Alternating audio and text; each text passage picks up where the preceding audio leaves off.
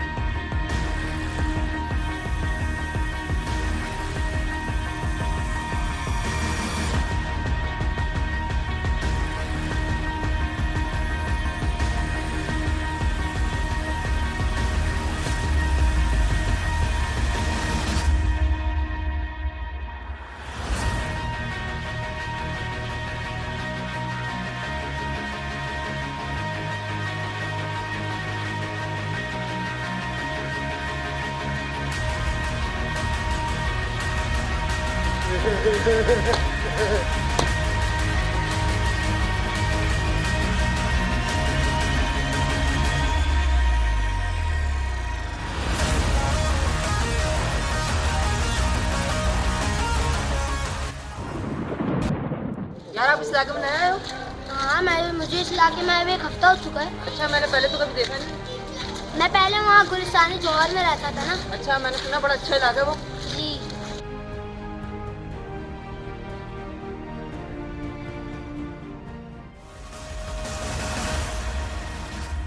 तुम भाग रहे हो? ये साइकिल दे, जानता नहीं मैं कौन हूँ।